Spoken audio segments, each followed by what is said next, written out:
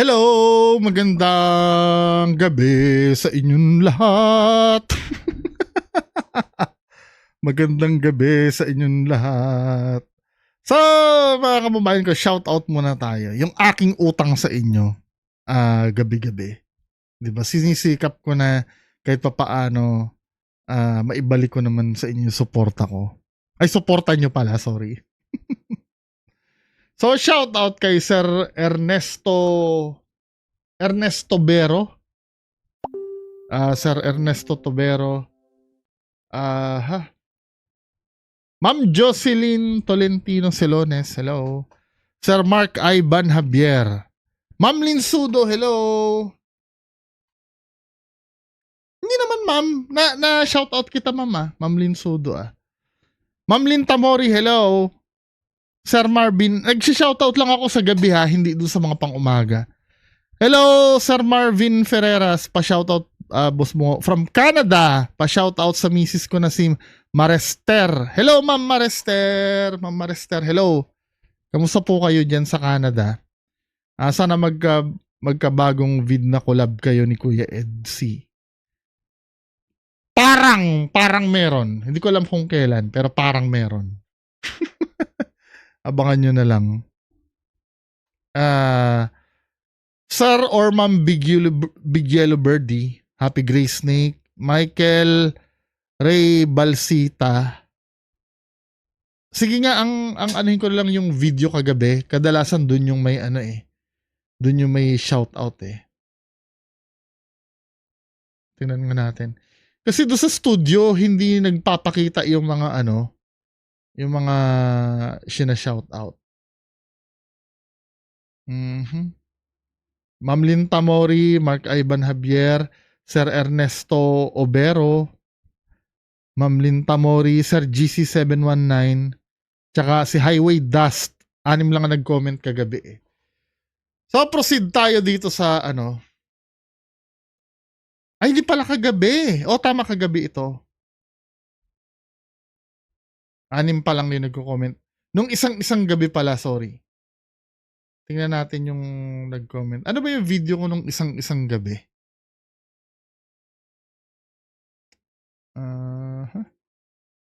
Video ko nung isang gabi ay tungkol ba kay Sir Clint yun? Kay Sir Clint nga. Na ano ko na to? Na shout out ko na. Anyway, proceed tayo do sa main content, no. Ito yung pinuntahan ni Sir Ed daw. May nag-request sa akin ito. Yung estudyante sa Occidental Mindoro. Uy, sa amin to Sinapian daw. Iniiwasan ko na nga yung mga video ni Sir Ed dahil magiging biased ako Pag pero sige. To be fair naman, magiging fair ako. Sige, panoorin natin itong video na to.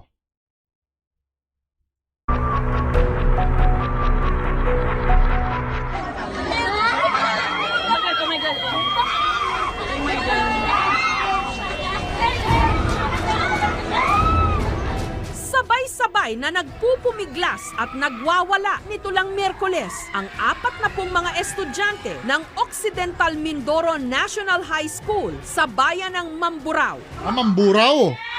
Ako na ang dusa! Gusto mo pangalan mo?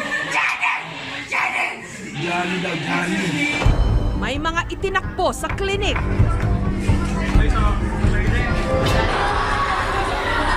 Usually, itong mga ganito, mass hysteria ito May tinatawag kasi tayo mass hysteria, yung parang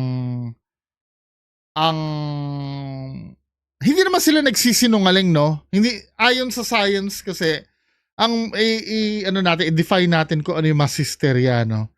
Hindi naman sila nagsisinungaling nun, pero kung titingnan natin definition ng mass hysteria, diba?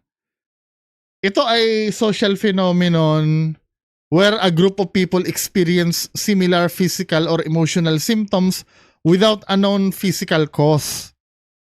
Typically stemming from shared psychological factors like anxiety or fear. nag-share sila ng kinatatakutan. Parang ganito yan eh. Sa mass hysteria, correct me if I'm wrong ito yung pagkakaintindi ko. Kung merong mas nakakaintindi dyan, paki-comment sa baba. Ang mass hysteria, yung let's say halimbawa, mga estudyante tayo dito sa school. 'Di ba? Then may kumakalat na na balita na meron daw may masamang espiritu daw dito sa atin at may sinasaniban. 'Di ba? May masamang espiritu daw dito sa school at may sinasaniban. Biglang sa sobrang stress nung isa, nagwala siya. Hindi siya sinasaniban, parang dulot ng anxiety yun eh. Tsaka fear eh. Then nakita natin yung kasamahan natin sinasaniban. Ako, may stress din ako. Matatakot din ako hanggang sa dumating ang time na parang may experience ko na rin yung symptoms niya. Parang ako sasaniban na rin ako. Mahirap ipaliwanag ito ng mahirap ito ipaliwanag ng hindi expert sa ganyang field eh. Pero yun ang pagkakaintindi ko. 'Di ba? Hirap din ako intindihin nung una niyan. Pero nang nag-research ako, isa sa mga nangyari diyan, yung palagi ko example, yung War of the Worlds. Alam niyo War of the Worlds? Yung sinasalakay ng alien. 'Di ba may movie na War of the Worlds? Nung araw kasi si Orson Welles, siya yung gumawa nun eh. Ay, H.G. Wells ba o Orson Welles? War of the Worlds.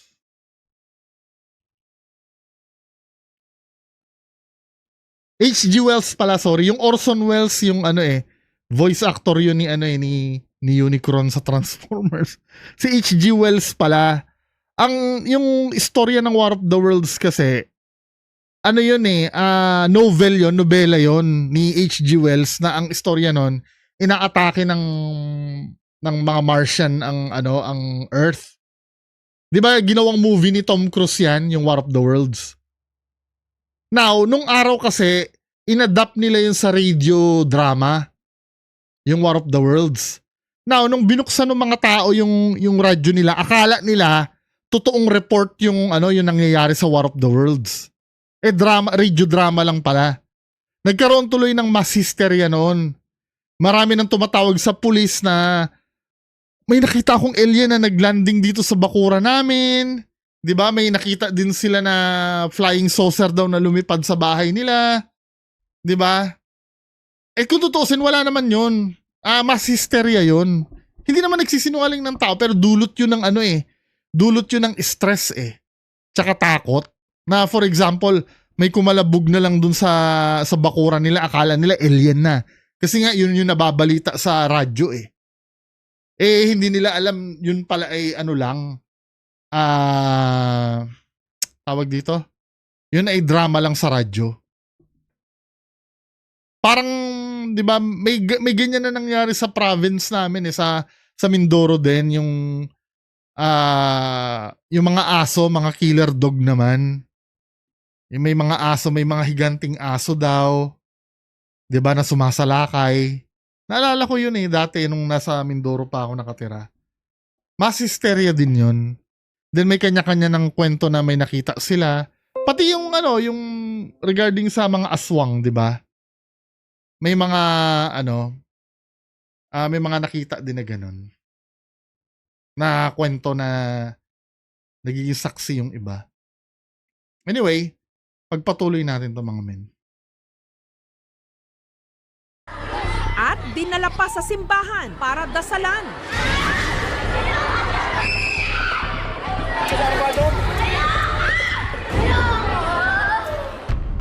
Pagdating ng aming team sa eskwelahan nito lang Biyernes, 2 araw na palang kanselado ang klase. Gumawa ng memorandum to suspend classes for 2 days para magkaroon ng clearing, mga interventions na pwede namin gawin para magkaroon ng kapayapaan ng aming paaralan. Ang magpinsang Kevin at Angelica, Lunes pa lang daw, may Sorry, I wasn't paying attention. Ano sabi ni ma'am?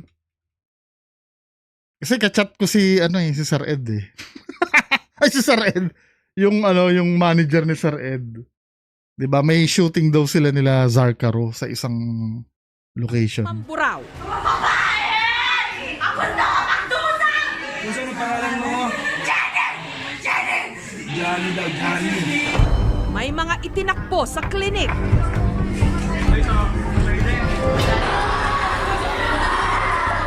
At dinala pa sa simbahan para dasalan.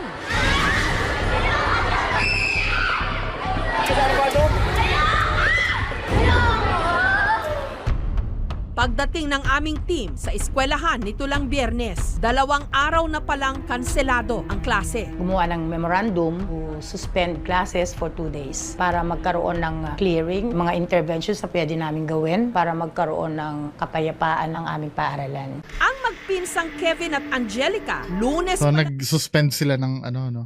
lang daw, may nararamdaman ng kakaiba. Babae po eh. Nararamdaman ko po siya. Lalo na po pag sobrang lapit niya na po, pag po siya palapit na ng palapit, naninikip na po yung dibdib ko. May bumubulong po sa akin na iisa-isahin niya nga daw po yung mga pumutol sa puno.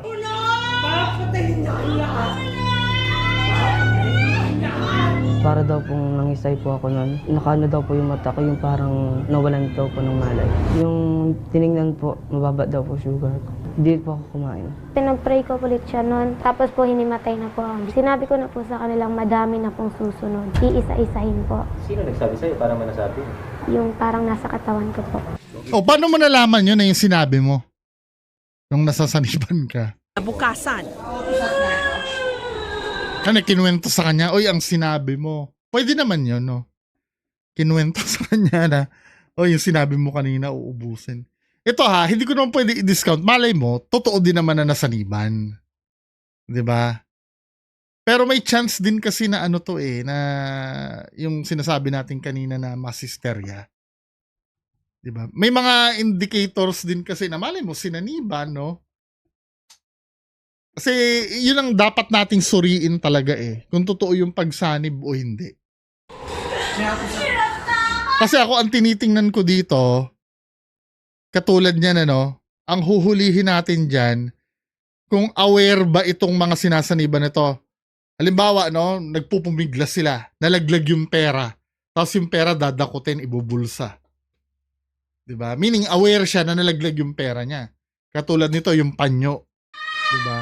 Tingnan natin yung mga indicators na ganun. mahigit 20 pa sa mga estudyante ang sabay-sabay daw na sinapian. Yung dadamba sa akin, malaki yung boses niya kasi sabi niya, gumanon talaga siya. Nanlilisik ang mata. Sobrang gulo po dahil pag merong isa dito, may dalawa sa kabila, sunod-sunod na po siya. At nito lang Miyerkules ng hapon, umabot na sa 4 na po ang tila ni sanib.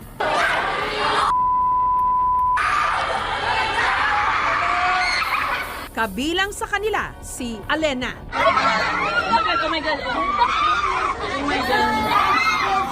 Nahirapan na po talaga ako nung Tapos nung nasa labas na po, doon na po ako nawala ng malay. Nagkamalay po ako nung nasa clinic na ako. Nagsisigaw lang siya eh. Hindi ko maintindihan ang klaseng sigaw niya eh. Ang sabihin mo siya na... Tinitingnan ko yung indicator eh. Halimbawa yan ano, ito nangyari kay Jay Costura ito eh. Yung nasasaniban siya tapos nakikita yung panty niya yata, biglang binaba ni Jay Costura yung ano, yung palda niya. Oo, totoo yun. Saan ba yun? Hanapin ko ha para maisingit natin dito. Wala, hindi.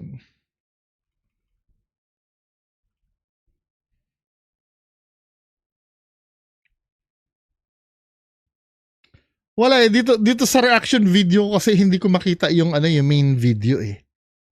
So pagpatuloy natin, no. Merong napanaginipan. Na lahat po kami na nasasapian is nakatali kami sa isang puno na may 2 lalaking 4 ang paa na nagbabantay. Bawal daw po kami umalis doon dahil kami daw po yung kapalit na sinira ng ibang tao.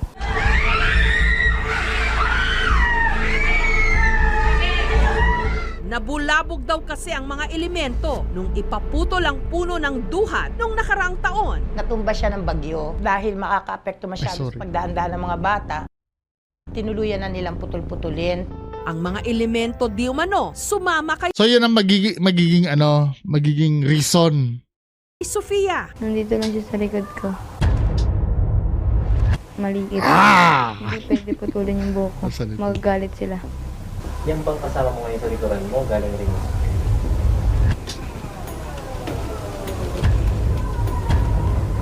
Opo. Para manasabi. Paano mo nasabi? At habang kinukunan nila si Sofia, ito ang mga sumunod pang nangyari. Yan na, sinaniba na. Tumawag ka kinatry. Huwag naman siyang mapakalan. Ay, sige. Kasusin dito. Bakit siya? Bakit siya yung sinasabihan mo? Kailangan ko na siya. Bakit siya? Maganda siya tiran. Bahay ka pala ate. Gusto mo sa kanya? Bakit maganda siya tirahan? Maganda yung buhok niya. Hindi na siya makukuha sa akin. Eh kung gupitin ko yung buhok niya ngayon. Gusto mo hindi ka makalis dito. Nahimasmasan siya. Ano nangyari? Hindi ko po alam. Inaabangan ko eh. Baka kasi mamaya ikwento niya nasaniban po ako eh. Pag sinabi niya nasaniban, dapat hindi mo alam yun. So pasok naman ano.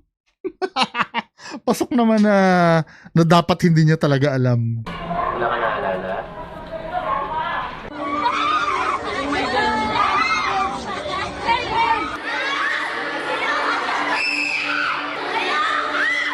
Humingi ng tulong ang mga guro at estudyante sa aming programa para papuntahin doon ang isang paranormal investigator.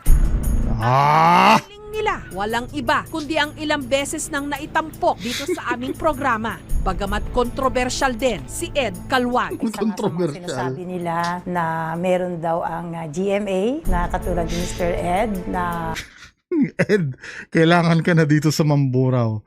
Dasal at pagkilala sa taas kailangan. paranormal expert. Sana kung siya nga ay makapunta. Magandang gabi po, Sir Abellano. Ako po ay isang guro sa Occidental Mindoro National High School kung saan po maraming kakaibang pangyayari for past 2 days sa aming mga estudyante. Hinihiling ko po sana na aming mga kaguruan at kasamahan na rin po ng mga head teachers na makarating dito si Edgar Calwag. Para po baka matulungan ng aming paaralan. Umaasa po kami sa maganda at positibong pagtugon. Di mas mabuti pa. Siguro pag akong pinatawag dyan, mabubuisit sa akin yung mga mga teacher. Ayan ka na naman eh. Hindi ka naniniwala.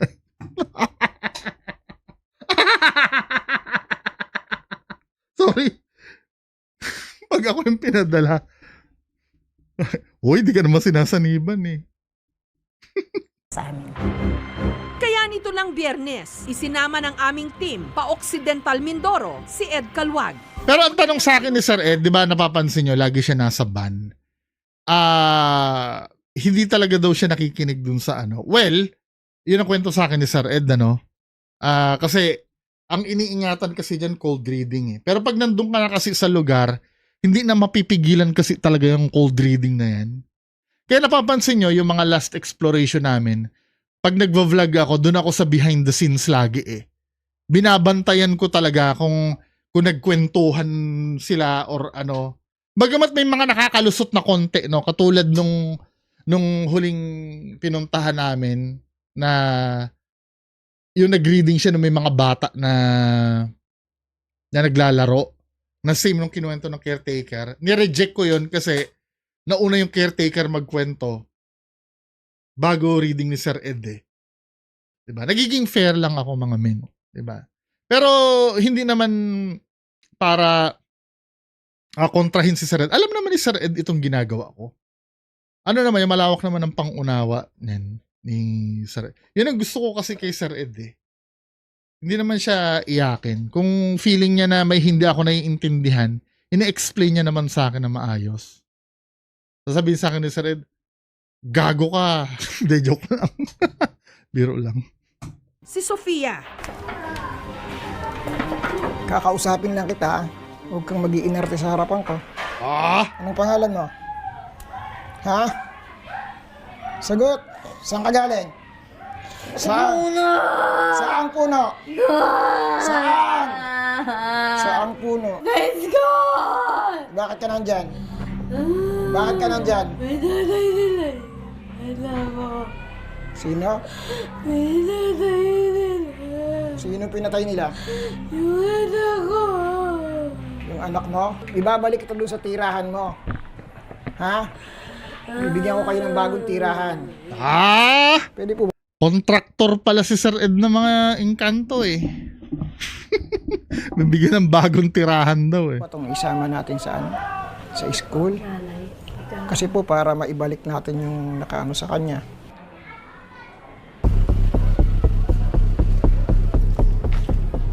Ang kapal, ang dami. Binalikan nila ang eskwelahan.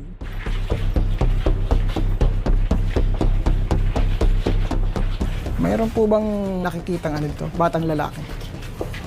Mayroon mga kwentong ganito. Ito, yung ganyan, magiging fair naman ako. Hindi ko sinasabing cold reading ang nangyari, pero possible, pwede kasing cold reading. Pwede, no? Hindi ko sinasabi na kinold reading niya, pero pwede. Kasi ito kasi,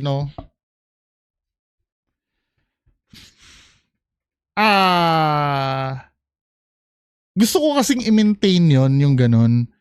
Ako, kilala ko naman si Sir Ed, no? So far naman, kahit pa paano, may mga naibahagi na rin siya sa akin na napapaisip din ako or may pero gusto ko kasing i-maintain sa inyo yung paninindigan ko regarding doon. Ang sa akin kasi, hanggat may nasisilip pala na chance ha, hindi ko sinasabi na na ganun ngayon nangyari. Hanggat may chance, sa akin, nire-reject ko eh. 'Di ba?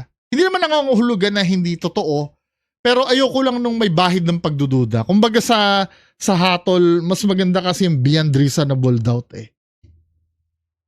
'Di ba? Para wala rin kayo masabi. Para sabihin nyo naman, porket kaibigan ko, Pero may possibility sa totoo din naman. Kaya lang syempre, may mga opportunity kasi, lalo na itong video na to, ikinompress lang ito ng 10 minutes eh. Hindi natin alam yung majority ng investigation kung ano yung nangyari. Diba? Madalas po, ayan. Babae. Parang mayroong Sinilip ang pinangyarihan ng di manoy mga pagsapi. May batang nakakita ng babaeng nakatayo dito. Yung babae, mahaba yung buhok, kabiyak yung kita ng muka, pero nakayuko. Tapos nakatingin dun sa bata doon. Tapos doon sa... Anong year ito? So, 2019, June. So, wala pang masyadong ginagamit si Sir Ed na gadgets noong time na yan. Ito yung importante sa gadgets kasi. Hindi para yun, hindi yung para yun irelayan. Kasi, ang trabaho ng gadgets ay para mag-confirm. Itong ginagawa kasi ni Sir Ed na to, pero nakayuko. yung ganyan, yung magtuturo ng ganyan, lahat tayo pwede natin gawin yan eh. Kahit ako, alam mo, may nakita ako banda dun. Para siyang, ang itsura niya, taong kabayo. Nakita ko banda dun. Now, ano yung proof na maibibigay ko sa'yo na totoong nakita ko talaga yon? Or totoong may presence talaga dyan sa part na yan? Yun ang role ng gadget. Na, kasi ang gadget kasi walang biased yun eh. Tutunog yun or magre-respond yun kung may something talaga doon sa lugar na yon. In theory. 'Di ba? Pero sometimes hindi pumapalo ang gadget kahit may nasisense na.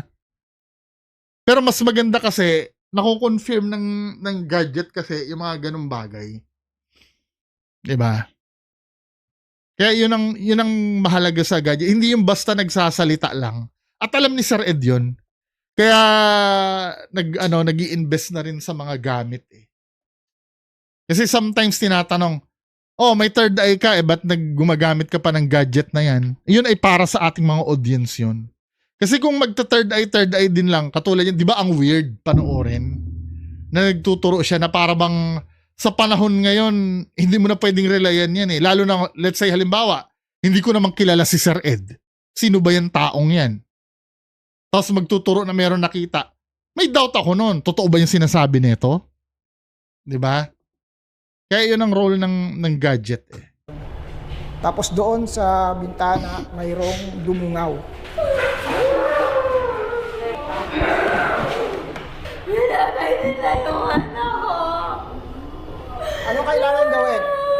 Para tumigil ka. Bigyan niyo kami ng tirahan. Gagawin ko. Ihahanap ko kayo ng lugar. Ha? Ano yung sinabi mo? Papatay ka ng tao dito? Ha? Papatay ka? Gusto mo isama kita sa anak mo? Action star si Sir Ed ah. Sagot! Ano? Ha? Pinuntahan din kung saan dating nakatindig ang pinutol na puno ng duhat. Ito yung tinutukoy nilang bahay nila eh. Ayan no, lakas. Ito na mismo. Kasi dito sila bumabalik eh. Pero okay lang po na ihanap natin sila ng lugar nila. Kasi nagagalit po talaga sila. Insenso siya para natin. Oreo yun ah. Natin sila. Nagsunog ng Oreo si Sir Ed. Hindi, insenso daw yon. Nagsagawa ng orasyon. Infested siya ng elementals. Yung nanggugulo is totoo na nawalan sila ng bahay. Nagagalit sila kasi tinanggalan sila ng tirahan. Sila mapalitan yung lugar. Ay, yung alam mo yung red na yan? May nagturo din sa akin yan before eh. Kasi tinanggalan sila. Yung red na ito, saan ko ba na yan? Feng Shui Master yata yung nagturo sa akin yan eh. Yung red na string. Pag tinali. Kasi meron kami before property na likod yata sementeryo, something na. Hospital yata. Nakalimutan ko na yun eh. May lumang ospital yata sa likod or sementeryo na ang ayon sa Feng Shui Master daw ay parang may possible na bad spirit na manggaling daw doon. Then in-advisean niya yung red na yan, red na string. Pati nga daw pagka halimbawa binabangungot ka daw, magtali ka daw sa paa ng kama niyan eh. Yung red string na yan. Or sa trabaho din, parang anti-malas, something like that, parang ganun. Talian mo yung sa trabaho mo, yung desk mo, yung lamesa mo. Kaya naalala ko na nakita ko to red string. Tirahan. Sila mapalitan yung lugar nila. So yun yung ginawa natin. Binigay lang natin yung gusto nila para never na nilang pakialaman yung mga bata. Pero kung ang kura paroko ng Nuestra Señora del Pilar Parish na si Monsignor Carlito Di Maano ang tatanungin. Possession talaga. Kasi sumanib ang lakas ng katawan nila. So nagdadasal kami, sigaw sila ng sigaw. Pare-parehong sinisigaw. Lalo na yung nagbell na ng alas 12, ayaw na ayaw kasi nila na makarinig ng mga panal. Pare-parehas ang sinisigaw? Well, may credibility yon. Halimbawa, malalayo sila, malalayo sila. Kaya talagang mas maganda, pag nagsusuri talaga nandoon eh. Hindi ka involved doon, nag-audit ka. Halimbawa, nandoon ka, nag-audit ka, titingnan mo yung hindi ko sinabing ako yung sasalang doon ha. Yung mag-observe ka, let's say halimbawa ang nasasapian, nandun sa malayo, tapos may nasasapian dito, may nasasapian din dun sa malayo. Ang claim ni Father, anong sabi ni Father? Carlito Di Maano ang tatanungin. Possession talaga. Kasi sumanib ang lakas ng katawan nila. So nagdadasal. Yung lakas ng katawan kasi, yung lakas ng katawan ay hindi ko pwede maging batayan ng sinasaniban yon. Kasi pwede kasing ang mangyari adrenaline rush yun. Pag stress ang tao, may takot, natitrigger kasi yung yung adrenal gland na mag-secrete ng ng adrenaline. 'Di ba? Yung kasi, yung adrenaline rush kasi, yan yung reason, let's say halimbawa, wag naman sana nasusunog yung bahay mo. Yan yung reason kung bakit nabubuhat mo yung yung refrigerator palabas 'Di ba? Or sometimes kapag nakakapanood ka ng ito madalas ko naranasan sa supermarket pag may nahuhuling shoplifter, kahit 3 guard, hirap na hirap silang yung babae, hirap na hirap silang hawakan, malakas. Kasi may adrenaline rush Hindi naman sinasaniban yung yung shoplifter pero ang lakas niya Pag nag-wear off kasi yung adrenaline rush na yon, bigla ka manghihina nun. Babalik ka sa dati. 'Di ba? Pwede kasing ganun yung reason kaya sinasabi malakas. Kasi tandaan nyo, yung mass hysteria, 'di ba? Galing siya sa fear. At yung fear, nakakapag-secrete ng adrenaline yon. Tama ba ako? Natitrigger ng fear ang adrenaline. Fear.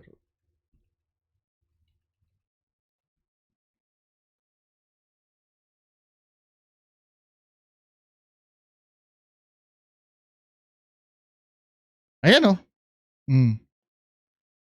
It alerts your nervous system which sets your body fear response into motion. Your body releases stress hormones like cortisol and adrenaline. 'Di ba? Mag-i-increase yung heart rate mo at blood pressure. 'Di ba? Parang same siya nung epinephrine. Alam niyo epinephrine?